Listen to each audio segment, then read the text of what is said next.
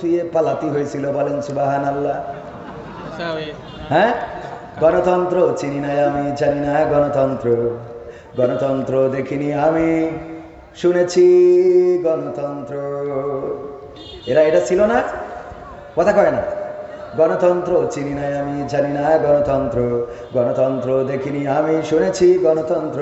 গণতন্ত্র চিনি না আমি, জানি না গণতন্ত্র, গণতন্ত্র দেখিনি আমি।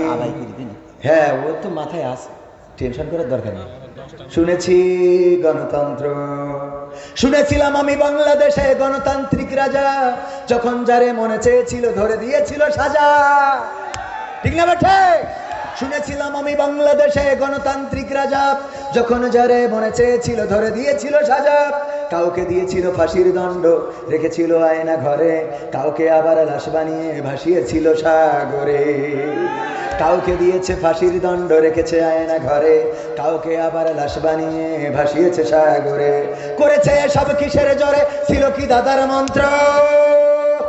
কেমন গণতন্ত্র ছিল, কেমন গণতন্ত্র, গণতন্ত্রের আড়ালে ছিল মোদির ষড়যন্ত্র।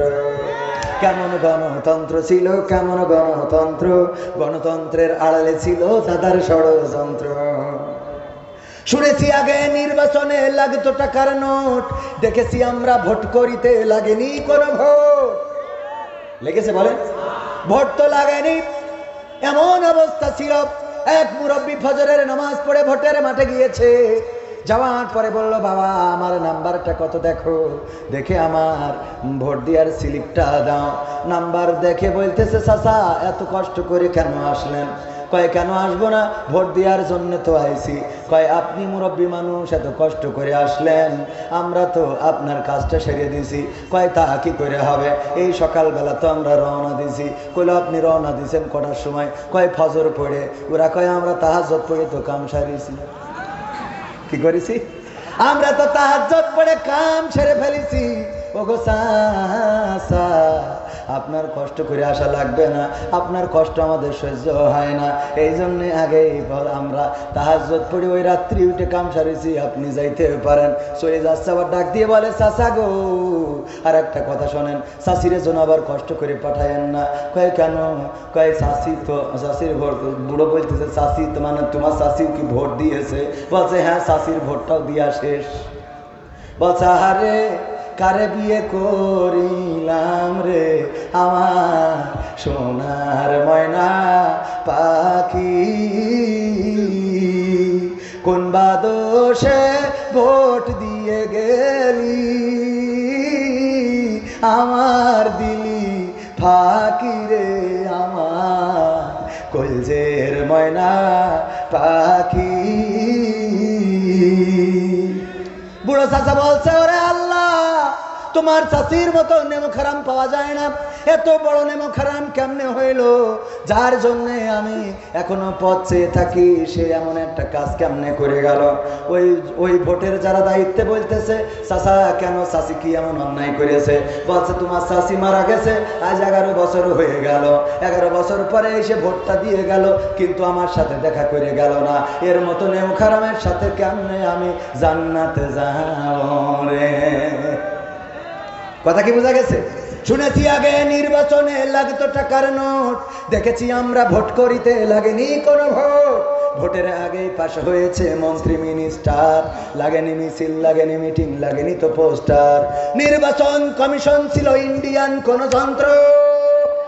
কেমন গণতন্ত্র ছিল, কেমন গণতন্ত্র, গণতন্ত্রের আড়ালে ছিল মোদির ষড়যন্ত্র। কেমন গণতন্ত্র ছিল, কেমন গণতন্ত্র, গণতন্ত্রের আড়ালে ছিল দাদার ষড়যন্ত্র। বিরোধী দল যারা সংসদে ছিল তারা ছিল পোষা ময়না, দেশ জ্বলে পুড়ে হয়েছিল ছাই, তবুও তো কিছু কয় না। বিরোধী দল যারা সংসদে ছিল তারা ছিল পোষা ময়না, দেশ জ্বলে পুড়ে হয়েছিল ছাই, তবুও তো কিছু কয় না। শাসনে ছিল না সততা নিষ্ঠা, বিচারের ছিল না মান, সংসদে বুঝি তাই শোনা যেত মমতাজের গান। এখন কি শোনা যায়? শাসনে ছিল না সততা নিষ্ঠা, বিচারের ছিল না মান, সংসদে বুঝি তাই শোনা যেত মমতাজের গান। বিরোধী দল নাই, ওটা তো ছিল ডিজিটাল ষড়যন্ত্র।